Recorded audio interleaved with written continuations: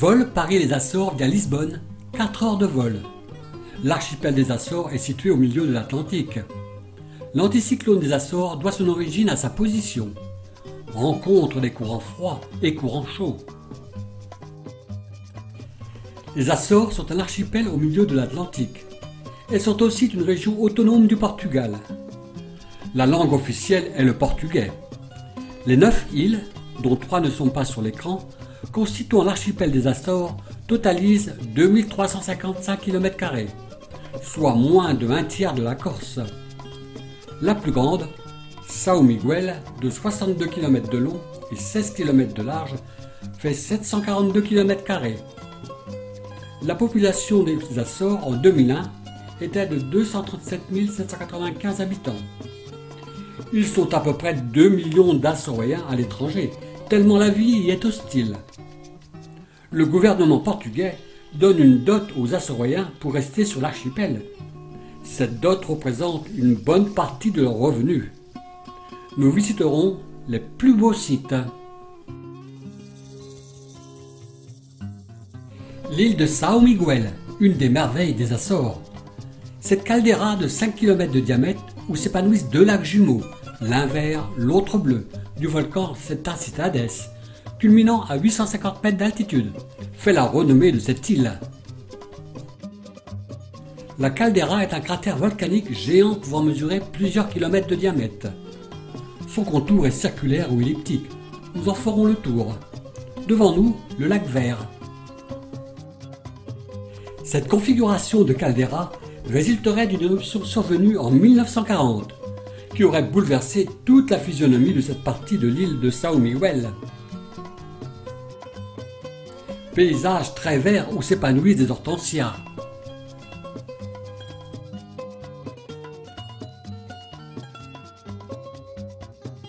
Des hortensias Hydrangea macrifolia.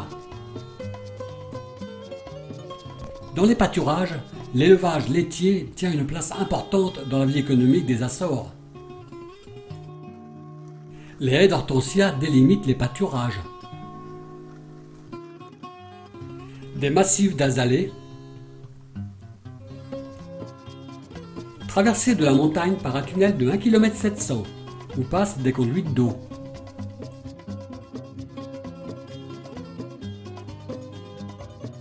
Ici Thierry, votre humble serviteur. Transport du lait à l'aide d'une charrette tirée par un cheval.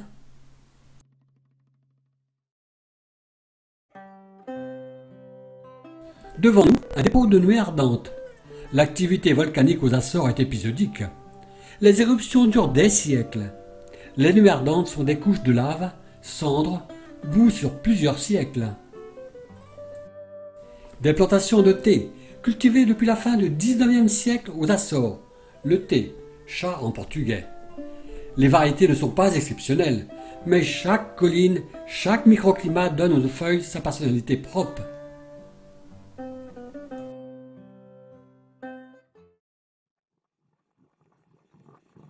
De l'eau chaude sulfurée jaillit de la terre à la caldeira de Furnas. Ces eaux sulfureuses en pleine ébullition, près de 100 degrés, produisent des émanations et des vapeurs soufrées. Magnifique parc botanique, une atmosphère unique entre arbres et flore exotiques. Une vision romantique s'offre à nous.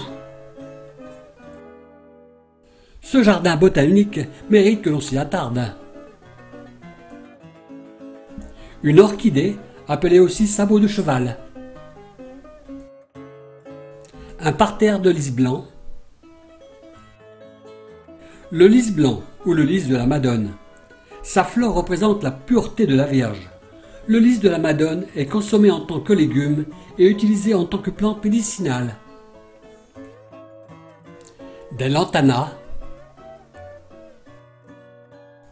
Montée au lac de Furnas.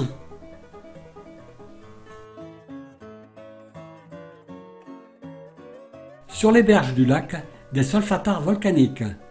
Solfatar est un dépôt de soufre résultant d'émanations de gaz sulfurés qui sortent d'un volcan.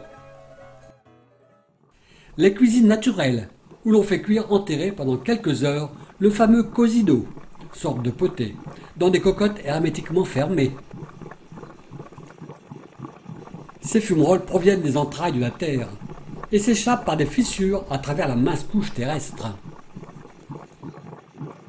Au bord du lac, on ne peut pas manquer les zones de fumerolles et sable brûlant de boue.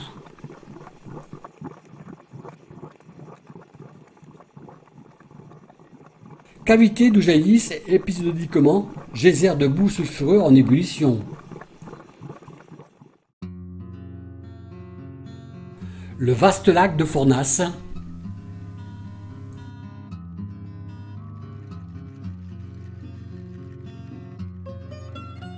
Le matin, montez au lac de feu niché au fond d'un cratère. Nommé lac de feu à la suite d'une éruption qui a eu lieu au XVIe siècle.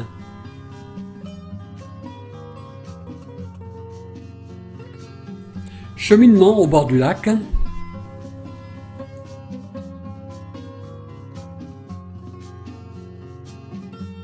Le tour du lac se fait souvent les pieds dans l'eau. Le lac de Fuego, Feu, est l'un des plus beaux sites de l'île. Transfert à Ponta Delgada. Devant nous, le Pouta-Kawa. Cet arbre est originaire de Nouvelle-Zélande, poussant sur des terrains volcaniques.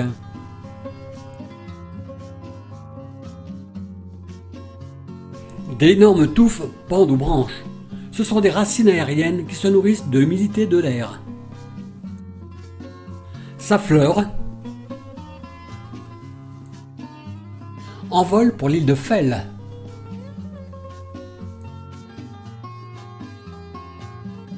L'île de Fell présente de très intéressants exemples de volcanisme. Avec le volcan Capellino, en activité de 1957 à 1958, et son paysage encore vierge de végétation depuis ces années. La péninsule de Capelle, où se situe le volcan Capellino, a été formée par des coulées de lave provenant d'un alignement de volcans.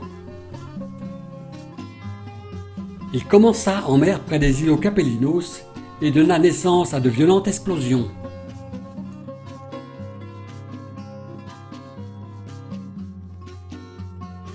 Les matériaux crachés se sont accumulés près de la cheminée, formant une petite île qui s'est rattachée à l'île de Fell. À la fin de l'éruption, le volcan avait agrandi l'île de Fell de 2,4 km. Près de 300 maisons avaient été détruites et 2000 personnes durent être logées. En s'enfonçant dans l'île, la végétation essaie de trouver subsistance.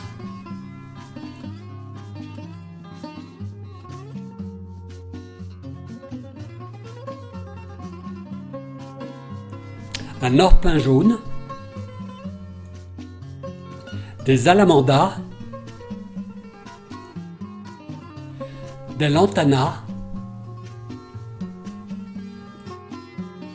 Pour les navigateurs, l'escale des Açores se situe ici, dans la ville de Horta sur l'île de Fell, qui a accueilli tout ce que la mer compte de voyageurs au long cours.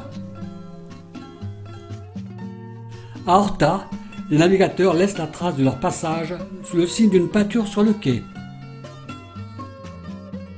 C'est parfois le simple nom d'un bateau avec une date, parfois une véritable fresque que le vent et les embruns viendront effacer. Ascension du point culminant de l'île de Fell, à 1043 mètres d'altitude, au Cabeco-Cordo, dans la partie centrale de l'île. Le chaudron volcanique vu de la caldeira, 400 mètres de profondeur et environ 2 km de diamètre. Végétation sur les pentes du volcan. Le sentier de la caldeira est de plus en plus en surplomb. Vue sur l'île de Pico, deuxième île de l'archipel des Açores de par sa superficie, 447 km². L'île doit son nom au volcan Pico, qui culmine à 2531 mètres d'altitude, le plus haut sommet du Portugal. Transfert sur l'île de Pico, à 7 km de l'île de Fell. Sur notre passage, rocher avec son arche. Madalena, qui bénéficie des liaisons par la vedette, est le plus gros bourg de l'île de Pico et joue la capitale de l'île. Cette petite ville blanche, Lajes dos Picos, fut une importante base pour la chasse aux cétacés jusqu'en 1984. Aujourd'hui, la reconversion s'effectue par l'observation des cétacés.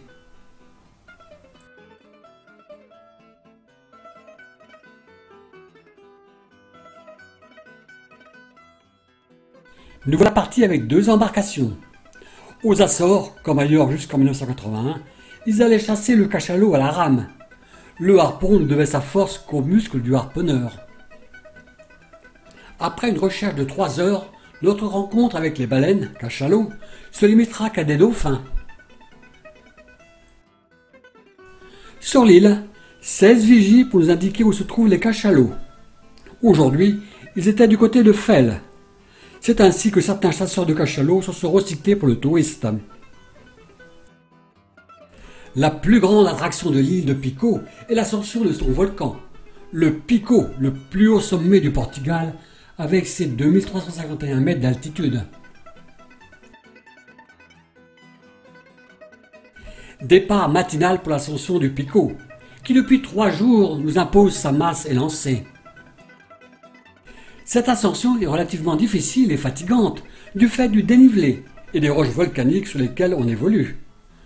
Le plus souvent, le volcan Pico se cache dans les nuages et la fraîcheur se fait sentir.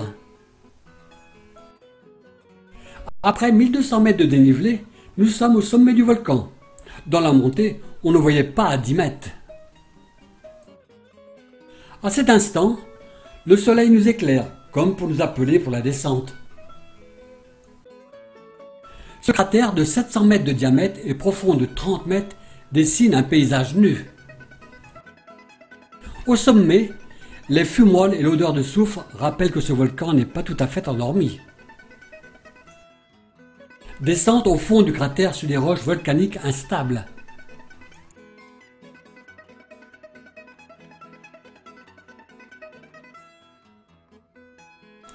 Le Pico Pequeno, le sommet du cratère, est le plus haut sommet du Portugal. La pente est très raide. Comptez 30 minutes d'ascension.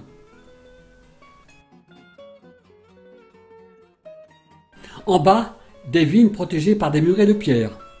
Ceux-ci les protègent du vent et les pierres renvoient la chaleur. Nous prenons le ferry pour l'île de São Jorge.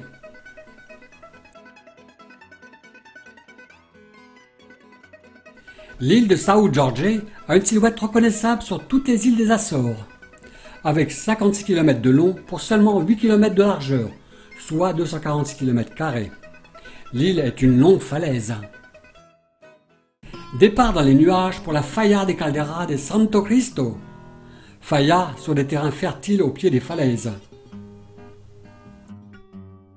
Des haies d'hortensia. Descente sur la Falla.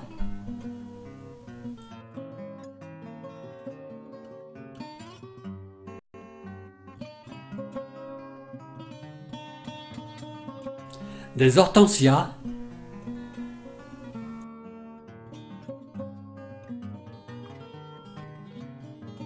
Rencontre de vaches. Massif de dahlias et d'orchidées.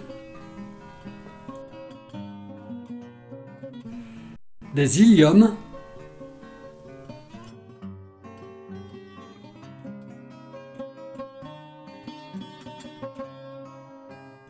Des hortensias bleues. La Falla d'Arto Cristo. Massif de lys. Fleurs de lys.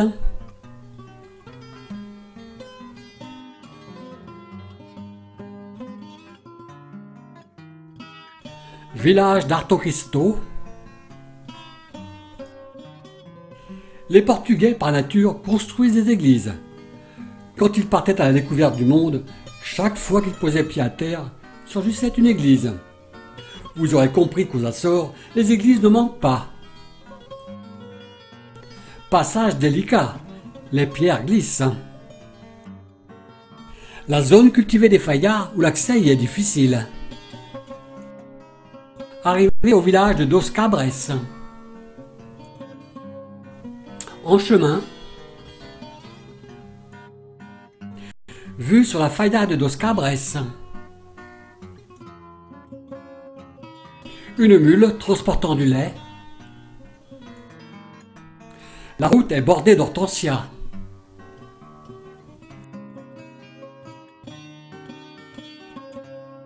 Un hibiscus. Fleur de fuchsia. Un arôme. Départ en vedette pour l'île des Terceiras.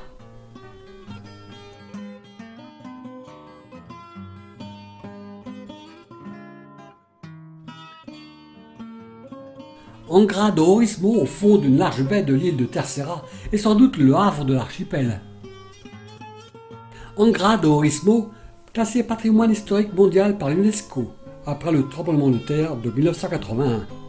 Au centre, sa cathédrale.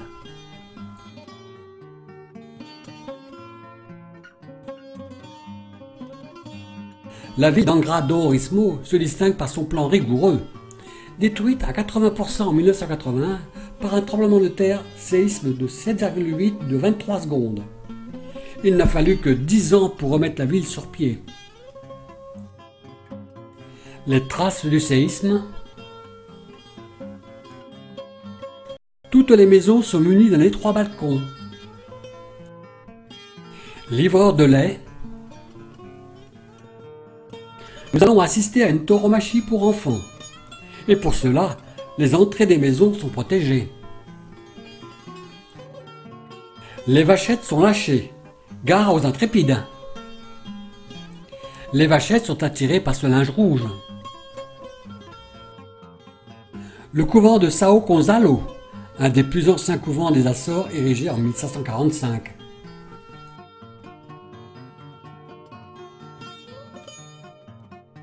Maison colorée à la périphérie de la ville.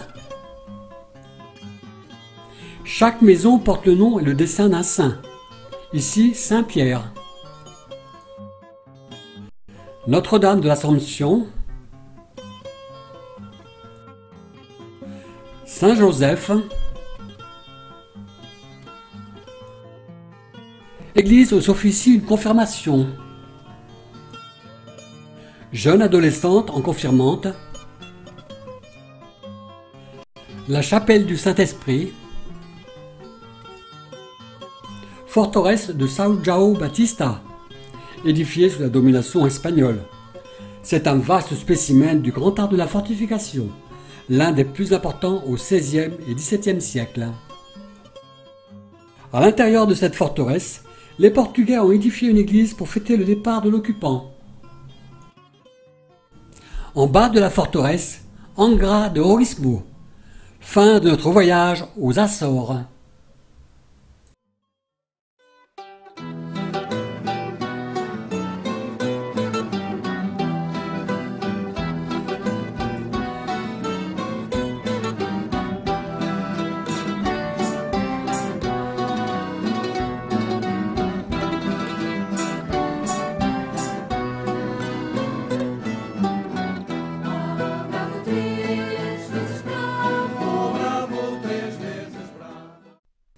Paris-Funchal sur l'île de Madère, 3h30 de vol, avec escale à Lisbonne. L'île de Madère a surgi de l'océan Atlantique il y a moins de 3 millions d'années, lors d'éruptions volcaniques. L'île de Madère, d'une superficie de 750 km², soit environ 60 km de longueur sur 20 km de largeur. Le climat vaut à Madère sa renommée, idéal tout au long de l'année. La température régulière oscille entre 22 degrés en été et 16 degrés en hiver. En l'an 1419, il n'y avait pas un seul habitant sur l'archipel. La vie y était impossible, car la forêt occupait l'espace. On décida d'incendier la forêt. La puissance du feu fut telle qu'il ne dura pas moins de 7 ans. Lors de notre voyage en partant de Machico, au printemps 1991, nous ferons les plus beaux sites de l'île. De Machico, nous empruntons un sentier s'élevant progressivement au-dessus des cultures en terrasse. 400 mètres au-dessus des flots et un panorama à nous couper le souffle. Par un invraisemblable sentier balcon, nous rejoindrons Porto da Cruz. Une joubarbe à plateau. Sentier faisant. Au fond, Porto da Cruz, petit port de la côte nord où nous passerons la nuit dans une pension. Des rhododendrons.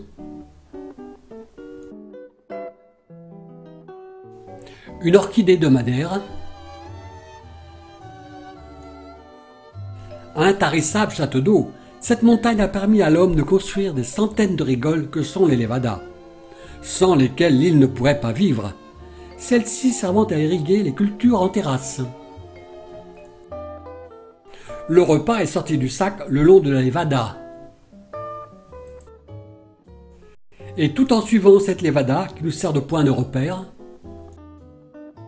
ce système d'irrigation à Madère se compose de 2150 km de levada, y compris 40 km de tunnels.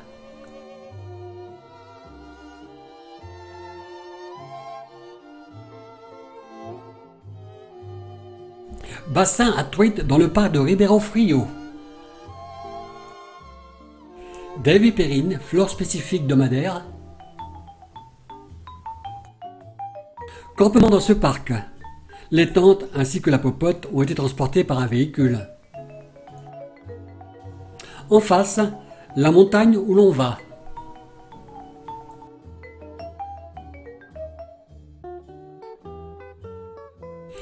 Étape Indiana Jones dans un cadre magnifique. Cheminement le long de la levada. Les piquets sont en place depuis des années, en attendant la main courante.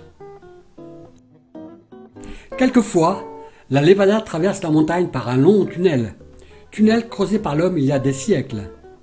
Le plafond de celui-ci n'est pas régulier, et il faudra souvent baisser la tête, les pieds dans l'eau. On traversera le tunnel encordé 2 par 2, munis d'une frontale et espacés les uns des autres de 30 mètres. La durée de la traversée durera 35 minutes pour 3 km de tunnel. Le plus long tunnel fait 5 km. Descente sur le village de Santana, au bord de la mer. De l'osier, une des ressources de Madère. Maison typique de Madère.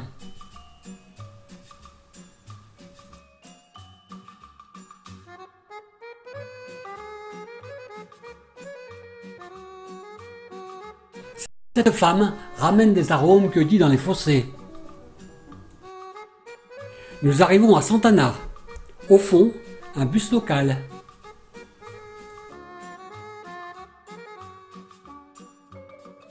Descente au bord de la mer parmi les vignes. Dans la descente, dégustation de vin de Madère dans une corne. Un bon apéritif. Montée au Pico das Torres, deuxième plus haut sommet de l'île de Madère, culminant à 1851 mètres. La montée se fait par un beau sentier. Un paysage déchiqueté s'offre à nous.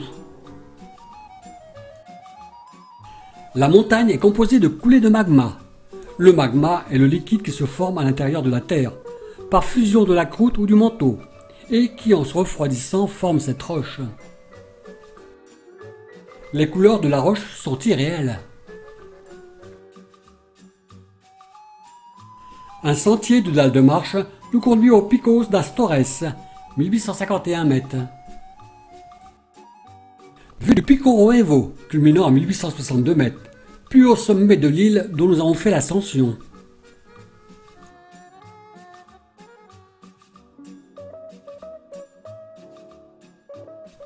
Dans la descente, passage sous les bruyères arborescentes. Montée à Sierra de Agua, parmi les vipérines. Sur les crêtes, passage d'une clôture. Village de Curral das Freiras, au cœur de l'île, où musique et chants nous sont donnés.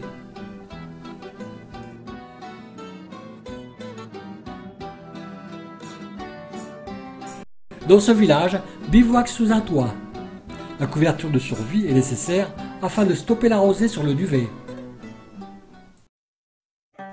Descente sur Funchal en suivant une Nevada toute la matinée.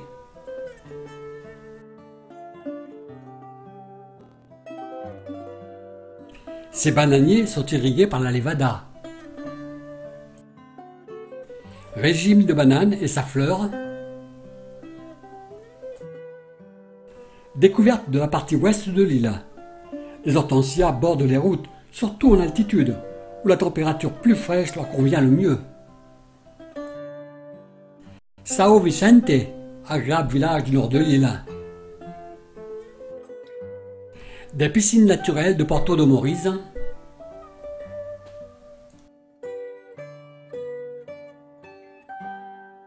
Environ 95% des montagnes de l'île plongent dans la mer.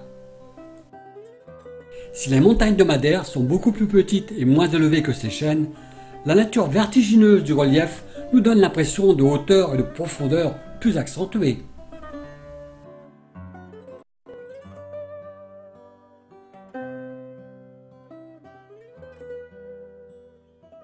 Le Pol Serra, ancien marécage situé à 1400 mètres d'altitude, souvent inondé en hiver, constitue un excellent pâturage à moutons. Au fond, Ribera Bravo, où nous sommes passés il y a quelques jours. Au premier plan, un petit jacaranda, arbre tropical. Marché aux fleurs de Funchal, oiseaux du paradis, orchidées. Marché aux poissons, au premier plan des espadas, poissons de Madère, au fond des thons et des rougets.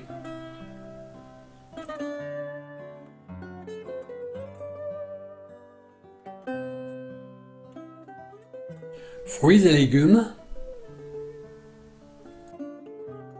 Préparation de bouquets pour le transport en avion.